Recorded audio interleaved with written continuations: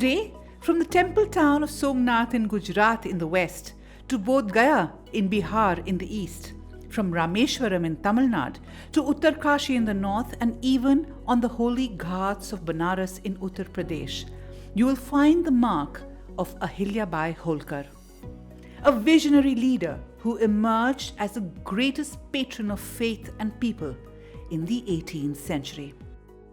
She built and rebuilt scores of temples, pilgrim centers, holy ghats, and travelers' inns, and became the point of call for anyone who needed help anywhere in India.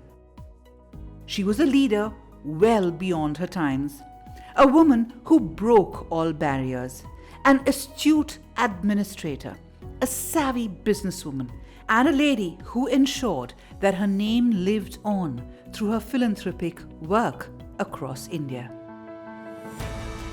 In fact, even today, her work continues through the Khasgi Devi Ahilyabai Holkar Trust. The most amazing aspect of Ahilyabai has always been her sense of service, her sense of duty to the community, and the way she conducted herself with true humility and grace. In this film, we take you on a journey back in time to discover a leader and a legend.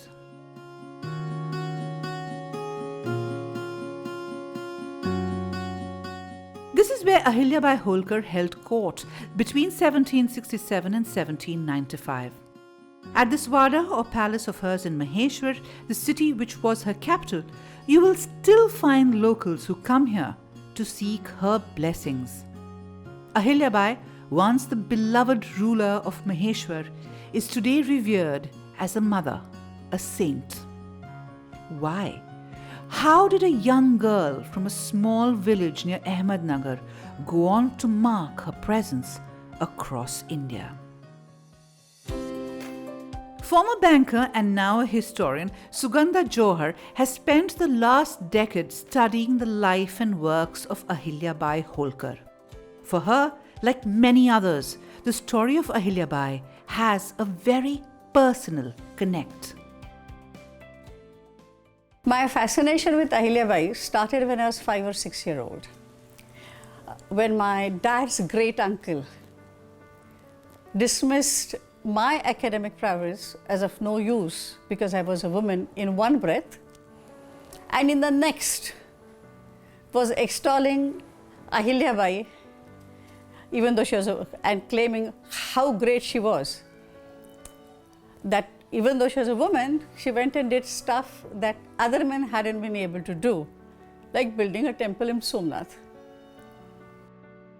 When I grew up a little, I was fascinated by how she managed, sitting in the middle of nowhere, to juggle so many different balls at the same time.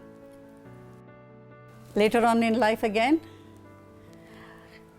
my fascination grew further because it was how could a woman who had faced so much tragedy in life manage to put that aside and rise above all of it, where she had nothing to gain but for the greater good of the society.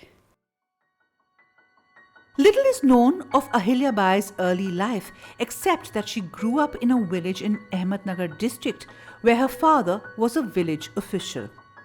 She was married as a young girl when she was just around 6 years old to Khande Rao Holkar, the only son of Malhar Rao Holkar, a fast-rising Maratha Sardar who had been made the Maratha Subedar of North India by Peshwa Baji Rao I. The 18th century marked the rise of the Marathas as a national force under the Peshwa Baji Rao, who led his armies north, crossing the Narmada and far beyond.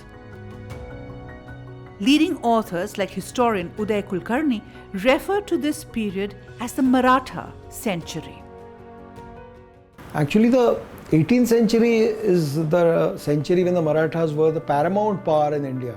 When Aurangzeb died in 1707, in the next 12 years after that, you find Maratha armies in Delhi. In fact, it was under the force of arms of the Marathas that the emperor in Delhi is changed. Within the next 20 years, you find Bajirao Peshwa himself knocking on the doors of Delhi. In 1743-44, the Marathas were in Bengal, they were in the Carnatic. In 1748, you find the Mughal emperor asking Nanasaheb Peshwa's help when Ahmad Shah Abdali came forward on his first invasion of India. In 1761, the Battle of Panipat itself was fought to defend India, Delhi and the Mughal throne from Ahmad Shah Abdali, which again was fought in solitary alone by the Marathas. You find in 1770 they are back in Delhi, they take over Delhi, they place the absentee emperor Shah Alam back on the throne, and thereafter practically in an unbroken period of 33 years till 1803, you find the Marathas are in, especially Mahatji Shinde, Tukoji Holkar, they are in possession of the entire northern India to the western side of Awadh and right down below up to Srirangapatnam. Among Bajirao's generals, Malhar Rao Holkar played a pivotal role. Ahilyabai's father-in-law was a great warrior and he was made in charge of Malwa. In the 18th century, with most of the men at war, Maratha women were left to manage the affairs not just at home but beyond as well. In Ahilyabai's case, a tragedy ensured that she had to do even more. In 1754, Ahilyabai's husband Khande Rao Holkar was killed outside Kumbheri, a small fort near Bharatpur in present-day Rajasthan. Widowed when she was barely in her early 30s with a young son and daughter, it wouldn't have been easy for her. What was worse, Suganda believes, is that within years, her son started showing signs of mental illness. Soon it became clear that Ahilyabai needed to play a more important role than before in the administration. For this, she was trained by Malhar Rao Holkar. You find Malhar Rao writing to her, then you find him instructing her how fast to travel from, say, one point to B, how not to stop in at Mathura, but hasten to Gwalior, start ammunition factory there, how much she should pay, how she should pay, where the cannons should be deployed. When she found that that was not possible and then took her own decision to move them to Sironj, he congratulated her and then told her that, okay, but when you're doing this, ensure that it's all covered. He could have got his Karbharis to write letter to Ahilyabai or her Karbhari. But the reason he was writing to her is he wanted her to be in control and let others know that he is directly instructing her, so they have to obey her. Ahilyabai's story is that of a woman who had to deal with almost insurmountable adversities. Yet she rose to the occasion and did so with poise and clear thinking. In the 18th century, when women barely had a voice, Ahilyabai was an exception. But it wasn't easy to hold on. While the Holkars ruled Indore, they did so as part of a larger confederacy. The Maratha Emperor Shahu was the titular head of this confederacy, while his Prime Minister, the Peshwa in Pune, was the operational or de facto head. All the other Sardars or generals were under him. With successful campaigns in the north, by the time Malhar Rao and then Male Rao died, the Holkar treasury was overflowing. An attempt was now made to usurp this wealth. The Holkar Diwan or principal secretary Gangadhar Chandrachud and Raghoba, the Peshwa's uncle, decided to force Ahilyabai to adopt a child of their choice and then sideline her. But instead of giving in as expected, Ahilyabai resisted. She raised the support of the other Maratha chiefs by warning them that if this ploy succeeded, it would be their turn next. Then she won the support of Peshwa Madhav Rao's childless wife Ramabai and spread rumors of raising a women's army to fight for her rights. Faced with ire from across the Maratha top rung, the ploy of the Diwan failed. The Peshwa ordered his uncle to stand down and confirmed Ahilyabai's rights to the Khasgi Jagirs that she had inherited from her mother-in-law Gautamabai. And on Ahilyabai's recommendation, Malhar Rao's distant cousin, Tukoji, was appointed the head of the Holkar army.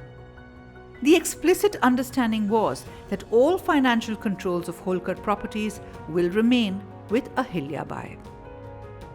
Financial independence played a critical role in Ahilyabai's ability to stand on her own feet.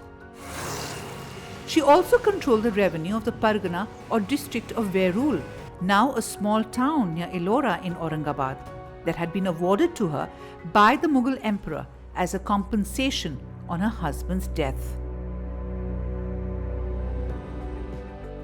These are the famous Maheshwar Ghats on the Narmada, built in memory of Ahilyabai. Once she was confirmed as the Holkar Supremo, Ahilyabai moved here to Maheshwar, which was then a small hamlet and part of a Khasgi Jagir. Every morning, she would walk down from her new citadel and residence to the Narmada for her morning prayers. Anyone could approach her here. Within years, between 1767 and 1782, she turned Maheshwar into a thriving city with numerous temples, vibrant markets, and busy commerce. Malwa, which was once a very prosperous province, had become almost depopulated and very poor in the period from the time Aurangzeb went south till Ahilyabai came to power in 17.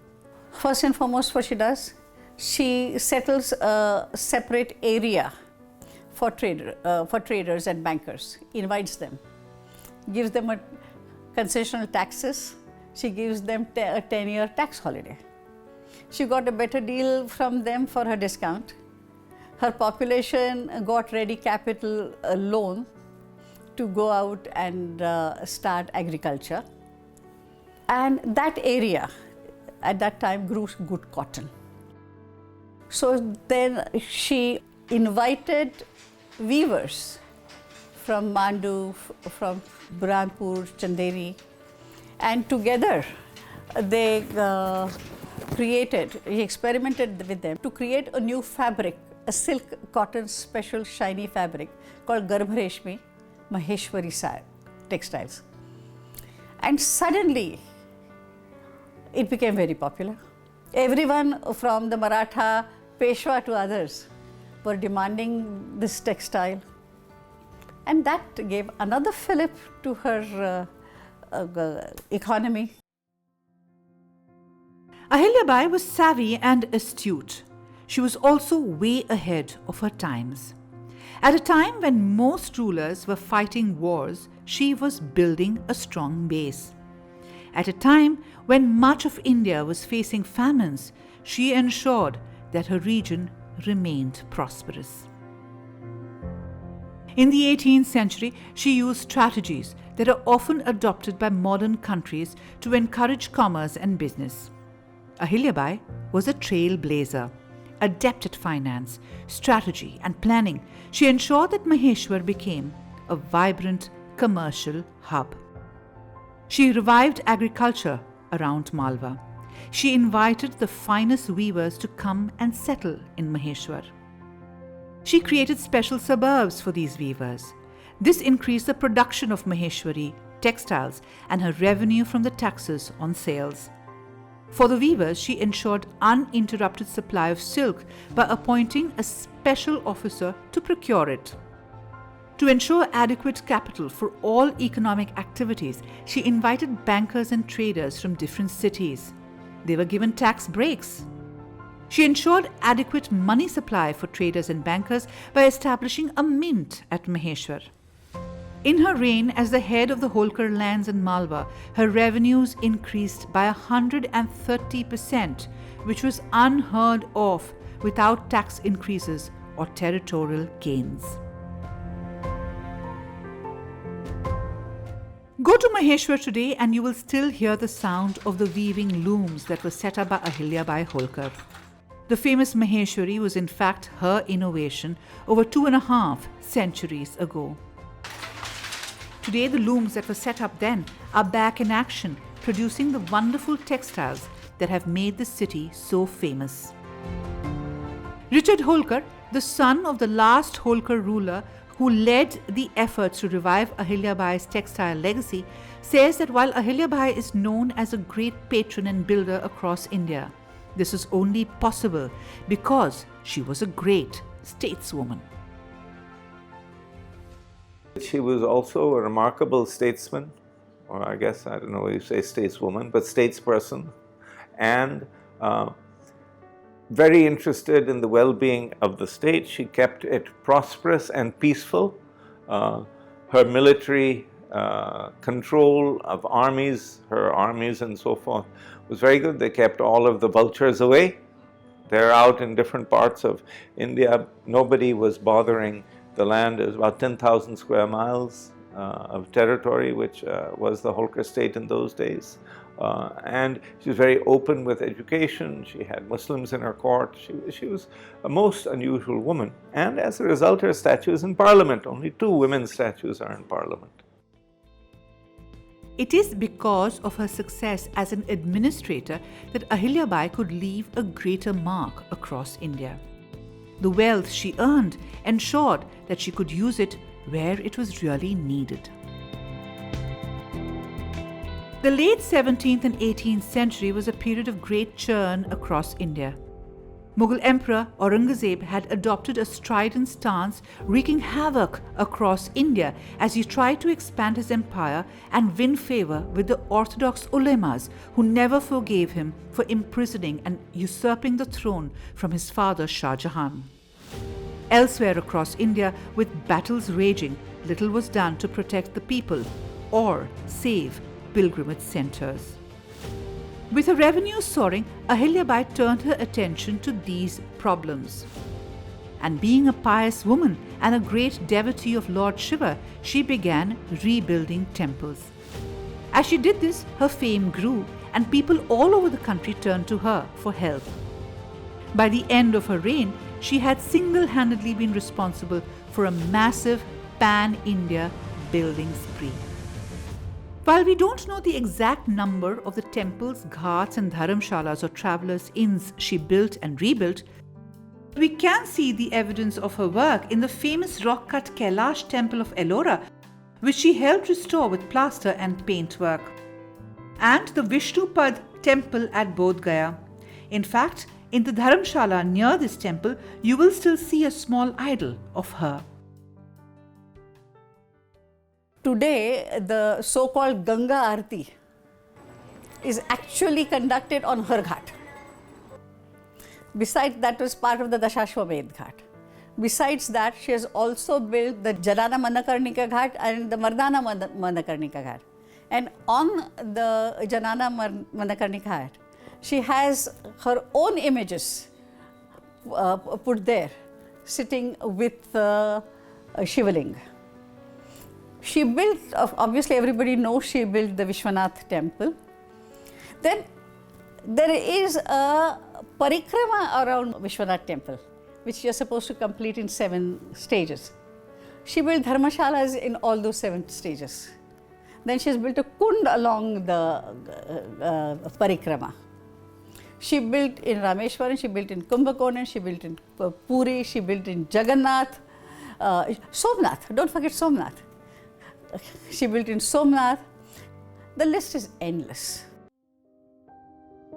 Ahilyabai went on to rebuild and support some of the most famous temples and pilgrimage sites of India. While she passed away in 1795, her entire estate was always treated as a charitable trust by her descendants for the benefit of the poor. Many of the works started by her are operational even today. Devi Ahilyabai's example primarily has been on how one can uplift people, and to do it in a very understated way, but to really achieve impact. And that has really been the motto that subsequent generations of Holkar women have followed. If you look at what Maharani Chandravati Mahasab did in working with the weavers of Maheshwar, if you look at how my mother took that forward as well, with establishing Reva Society. The approach has really been on not only, how do you help today, but how do you build the infrastructure to empower people to live a better life for generations. As Devi Ahilyabai had worked on building public infrastructure, stepwells, roads, Dharmashalas, and canals to allow agriculture to prosper, to allow trade to flourish. Those were not interventions meant to, tackle only the problems of the needy today. They were to change an entire pathway of a community for generations. And similarly, if you look a small example of what my mother, Sally Holkar, did in Maheshwar was to revive a craft which provided now 3 generations over the last 50 years, 3 generations of weavers have come through Reva Society. When that community didn't have access to quality education, the Devi Ahilyabai school was founded in the 90s. After the merger of the Indore state with independent India, the Khasgi Devi Ahilyabai Charitable Trust was set up in 1962 to manage all the properties and temples that Ahilyabai built. There are over 200 of them under the trust, but this is just a small sliver. Devi Ahilyabai's work is far beyond just what is currently in the Khasgi Trust. She built, as I said, she built infrastructure, she built temples, she built Dharmashalas, she built ghats, she built water infrastructure, she built shaded roads, everything from, from the smallest village in rural Maharashtra. If you go down to that village, the village elder will say, "Oh, that particular stepwell that was built by Devi Ahilyabai." So it's almost impossible to say exactly how much work she did, because you find it at huge scales, the restoration of Kashi Vishwanath, and you'll find it in the smallest stepwell as well, and all parts of the country. From one of the most famous temples of India in Banaras to a small well deep within a village in India, the mark of Ahilyabai Holkar can be felt even today. But her greatness lay not only in what she did, but how she did it too. There's an interesting story. There was a poet who came to Maheshwar and requested an audience with Ahilyabai because he wanted to present to her an epic poem that he had written in her honor, praising the work that she had done, how devout she was, and